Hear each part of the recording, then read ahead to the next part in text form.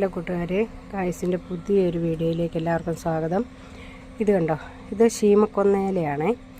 ഇത് നമുക്ക് ഈ ചാണകം പച്ചച്ചാണകം കിട്ടാനില്ലാത്തപ്പം നമ്മൾ ഈ കൊന്നയില ഇതുപോലെ പുല്ല് വെള്ളത്തിലിട്ടിരിക്കുന്നതാണ്. മുറ്റത്തുനിന്ന് പറിച്ച് പുല്ല് കാട് എല്ലാം ഉണ്ട്. ഇതെല്ലാം കൂടെ ഇങ്ങനെ ഇട്ട് വെച്ചിരിക്കുന്നതാണ്. വേണ്ട ഇതിങ്ങനെ വേണ്ട ഇതിങ്ങനെ ഇത് നമുക്ക് ചാണകത്തിന് പകരം ചാണകവെള്ളത്തിന് പകരം നമുക്ക് ഇത് ഉപയോഗിക്കാം. ഇത് നേർപ്പിച്ച് വേണം ഒഴിക്കാൻ. ഇതിന് ഭയങ്കര വീര്യമാണ്. ഇതിന് ഇപ്പം ഒരു ചാണകവെള്ളത്തിൻ്റെയൊക്കെ ഒരു മണമാണ് വരുന്നത്. ഇനി നമ്മൾ ഈ കൊന്നയിലയും കൂടെ ഊരി ഇതിനകത്തേക്ക് ഇടുവേ. എന്നിട്ട് ഇതിനകത്തൊരു കൊണ്ട് ശർക്കര ഇട്ടിട്ടുണ്ട്.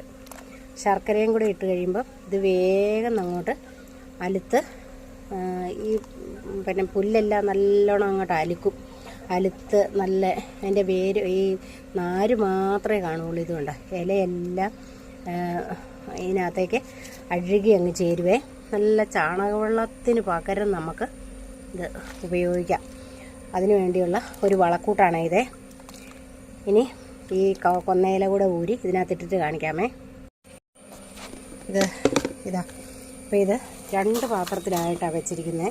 ഇത് പിന്നെ കപ്പയുടെ കാട് പറിച്ചപ്പോഴത്തേക്കിനും കിട്ടിയ പള്ളയെല്ലാം കൂടെ നമ്മൾ ഇങ്ങനെ ഈ ഇതിലിട്ട് വെച്ചിരിക്കുവാണ്. കുറേ മണ്ണിര കമ്പോസ്റ്റിനകത്തേക്ക് ഇട്ടു. അതുകൂടാതെ പിന്നെ നമ്മൾ കുറേ ഇങ്ങനെ കൂടെ ഉണ്ടാക്കി വെച്ചു. ഇങ്ങനെ വെള്ളം സ്ലറിയാക്കി വെച്ചത് കണ്ട നല്ല നല്ല ചാണകവെള്ളം കലക്കി വെച്ചതുപോലെ അതുപോലത്തെ സ്മെല്ലും ആട്ടോ. ചാണകവെള്ളത്തിൻ്റെ പോലത്തെ തന്നെ ഒരു സ്മെല്ലുമാണിത്. ചാണകവെള്ളം കലക്കി വെച്ചിരുന്ന ഒരു സ്മെല്ലില്ലേ, അതേ സ്മെല്ല് തന്നെയാണ്. കൊന്നയില ഇപ്പോൾ ഇതിനകത്തേക്ക് ഇട്ടു. ശർക്കര കൂടി ഇട്ടിരിക്കുന്നതുകൊണ്ട് ഒരാഴ്ച കൂടെ കഴിയുമ്പോഴത്തേക്കും ഇതെടുക്കാറാവും. ശർക്കര നമ്മൾ ഇട്ടില്ലെന്നാണെങ്കിൽ ഒരു 10-20 ദിവസം വേണം ഇതെടുക്കാൻ. ശർക്കര ഇടുവാണെങ്കിൽ ഒരു 10 ദിവസമൊക്കെ ആകുമ്പോഴത്തേക്കിനും ഇത് നല്ലോണം അലുത്ത് നല്ല സ്ലറി ആയിട്ട് കിട്ടും. ചാണകവെള്ളം ഉപയോഗിക്കുന്നതിന് പകരം ഇതെടുത്ത് നേർപ്പിച്ച് ഒഴിച്ചാൽ മതി.